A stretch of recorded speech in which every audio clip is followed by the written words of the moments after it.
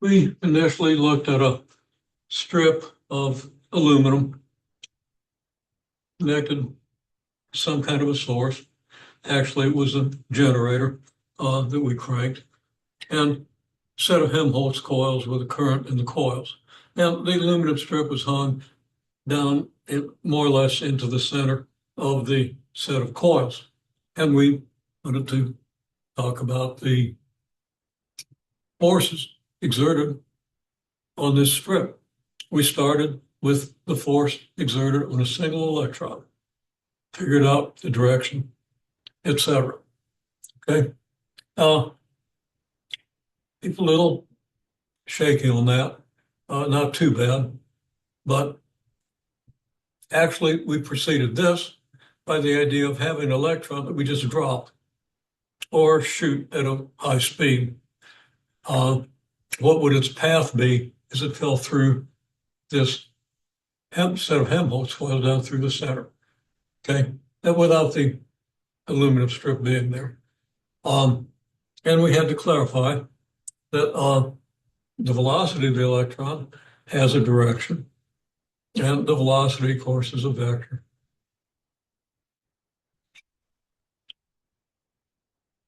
But it's QV that reacts to the magnetic field. So you got to multiply the velocity by the charge. Somebody mentioned QVB, which is good, but really the law is QV cross B.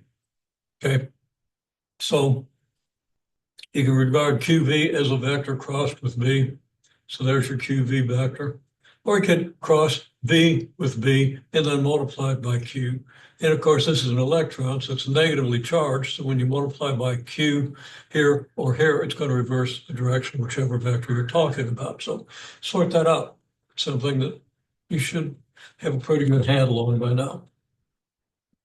Then we talk about the magnetic field inside a set of coils or inside of one apparatus or another. And we chose this somewhat crude apparatus, which is just a piece of 6-inch PVC drain pipe with about 15 loops of wire around here and then 15 around here. We can regard this as sort of a Helmholtz situation, but it isn't spaced quite right. And we took measurements, discussed that. So please understand how the Helmholtz arrangement should be spaced and why this differs from the Helmholtz geometry. Okay, it's off by about 50% in one direction or another. And we talked about that. Okay, then, I don't know if you can see it. I'm going to hold this up very close to the camera. Pretty well focused. I think you might be able to see it. I'm seeing a little glare in this. But just above my fingertip, there's a little dark mark there about 1 millimeter long. That's going to be a delta L. And this thing is sitting in a position where your delta L is about here. And we want to get the vector that represents the magnetic field contributed just by that little delta L at the very center of this coil arrangement. Okay, very center, right down in here. Okay, that's where we start. Get that, then answer a bunch of other questions like, okay, if this is a tight coil centered about here, what would the field at the center of that tight coil be, and what would the field at the center of the apparatus be? And then, of course, if you had a tight coil over here as well, what would that do to the field at the center? Assume this coil is identical to this one. There are differences, but they both have about 15 loops spread over, a few centimeters. So that's one way, one question we can ask. Magnetic field is going to be some multiple of I. Your task is to figure out what that multiple is using Ampere's law. Okay. And then dB dt, of course, will equal the same multiple of di dt. And the potential difference induced by any change in magnetic field will be negative d phi b, negative rate of change in time of the magnetic flux through the whole loop. And that'll equal negative L di dt. L di dt being the voltage drop, this being the voltage around, and so forth. Okay.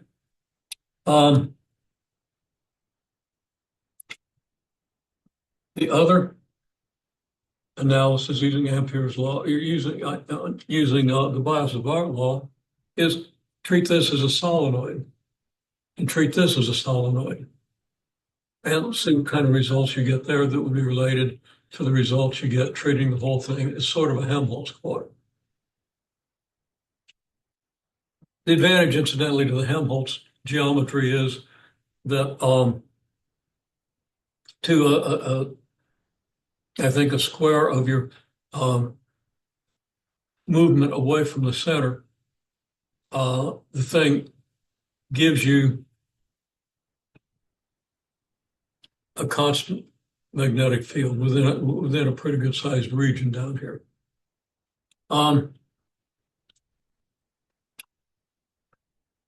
These approximations are first to be made by assuming that the magnetic field is identical to the field at the center of the loop. Then we do modifications. That has to be modified for this situation when you want the magnetic field here. You can actually figure out the magnetic field at this point, which will differ somewhat from the magnetic field at the center of the loops.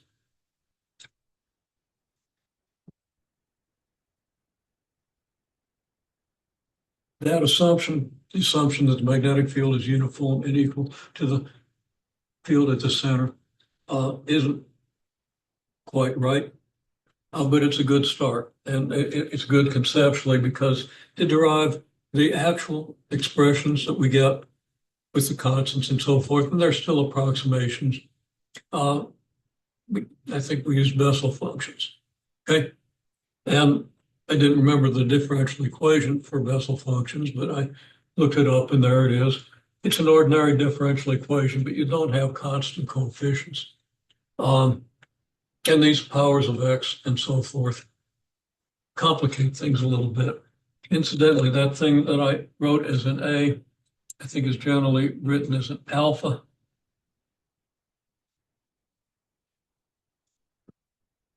And it's a parameter that can be adjusted for various outcomes.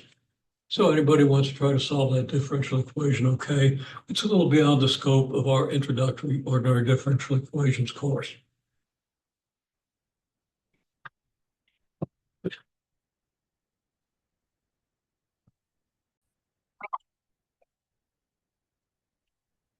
Once you've done your analysis here, and in the handout that I prepared for you for our last class, which unfortunately I had to miss, pretty much guide you through a lot of this. But once you have this, I want you to solve a couple of differential equations. And I'll post those on the assignments page. The equations are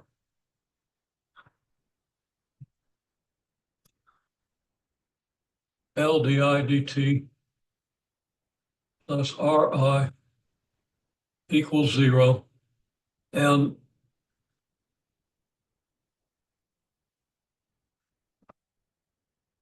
well, we'll say that. I'll just say the initial value of the current would be given. Okay. The other is L Q double prime. Q prime being the current, Q double prime is the same as di dt.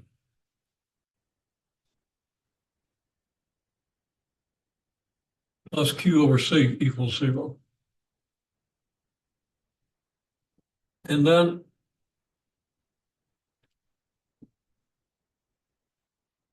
we'll just do that much for right now. Solve those two equations.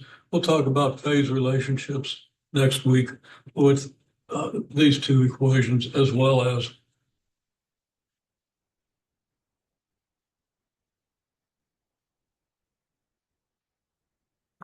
These equations are legitimate for a course based on Calculus 1.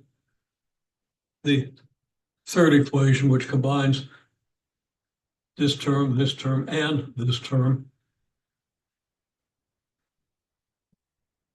pretty much requires some techniques from differential equations. They're not particularly difficult or advanced techniques, but we're not going to get into those in this course.